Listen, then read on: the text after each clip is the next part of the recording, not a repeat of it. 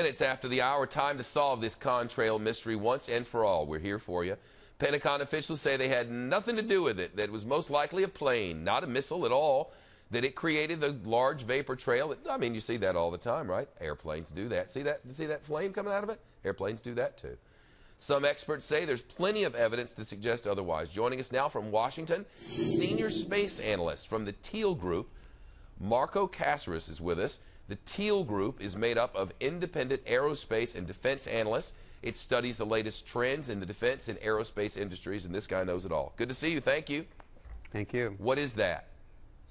Well, it depends on the trajectory. If the trajectory is vertical, as we're seeing in that one video that everybody's seen on YouTube, then my venture would be to guess that it is either a dummy ICBM that is part of some exercise that didn't go quite as planned, or it is some sort of unauthorized commercial expendable launch vehicle by some company out there that is working on these technologies that launched without permission. If the trajectory is more horizontal, which is something that I've not seen yet because I've only seen one angle, then it would probably be it could be an aircraft, either a military aircraft like a B-52 or a C-130, or a commercial aircraft. But if the FAA says that it's tracked nothing in the vicinity, then it pretty much leaves the military. Well, the military tells us that they got nothing on the NORAD. You know, they can keep up with Santa Claus, so they got to know, and they say that there's nothing that went up there. It just wasn't there. So it wasn't. That's it.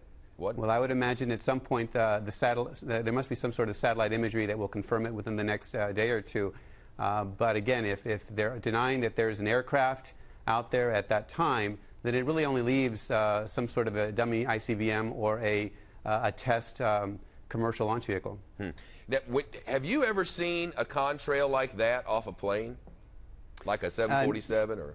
No, I haven't. But you can see a contrail that's that thick, depending on how high the aircraft is.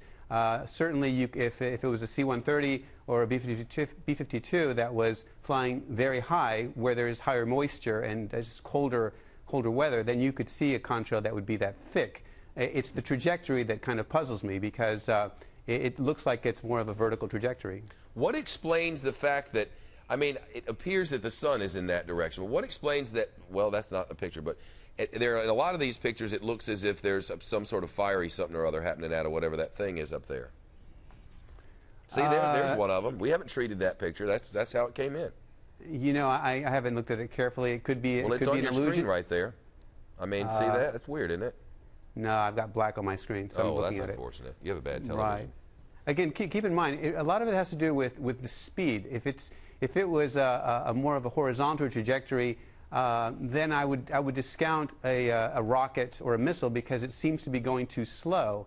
If it's going up, obviously it makes sense that it would be more of a missile or a rocket. And it looks slow, but it's kind of an illusion, because if it's going up, then it's obviously going to look kind of slow. Yeah, it does look kind of slow. Having watched a lot of launches from Kennedy Space Center, they always look slow. The shuttles and the rockets and everything look slow when it goes up. It's not slow, though. If you look at the Delta II launch that went up, I believe, on Friday from Vandenberg, yeah. You know, it could resemble a Delta II. It could resemble a Delta IV. It could resemble a Minotaur. If you look closely at it, it could even look like a space shuttle from a distance. All right. Well, it's very good of you to come. I greatly appreciate it.